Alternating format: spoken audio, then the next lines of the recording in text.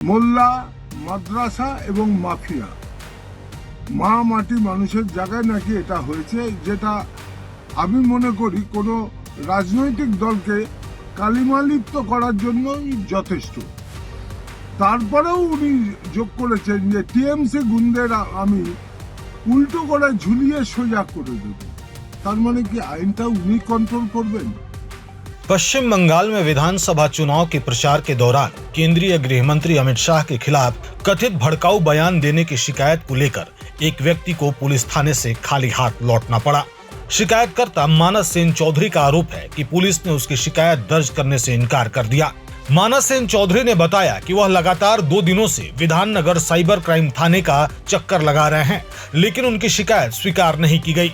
उनके अनुसार पुलिस अधिकारियों ने उनसे पूछा कि वह इतनी देर से शिकायत दर्ज करने क्यों पहुंचे।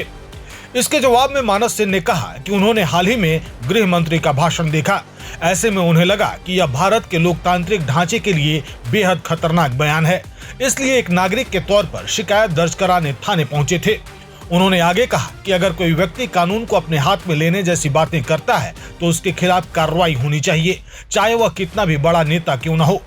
शिकायतकर्ता के अनुसार एक चुनावी सभा में अमित शाह ने राज्य की सत्तारूढ़ सरकार पर निशाना साधते हुए कहा था कि मां माटी मानुष की सरकार मुल्ला, मदरसा और माफिया की सरकार बन गई है।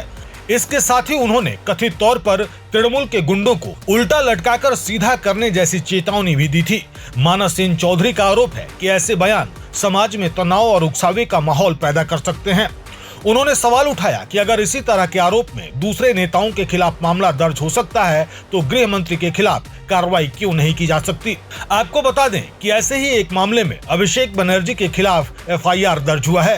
तृणमूल कांग्रेस के राष्ट्रीय महासचिव और डायमंड हार्बर से सांसद अभिषेक बनर्जी के खिलाफ भी हाल ही में चुनाव प्रचार के दौरान कथित धमकी और भड़काऊ बयान देने के आरोप में शिकायत दर्ज हुई है।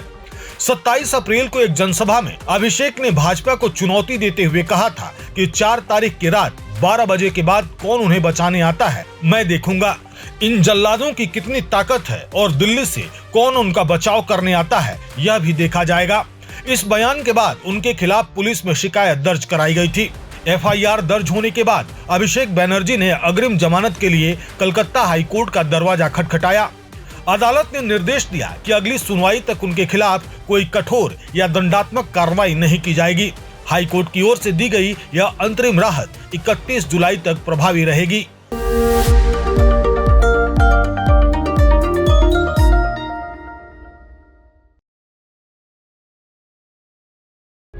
प्रभातखबर.com, विश्वास वही, रफ्तार नहीं।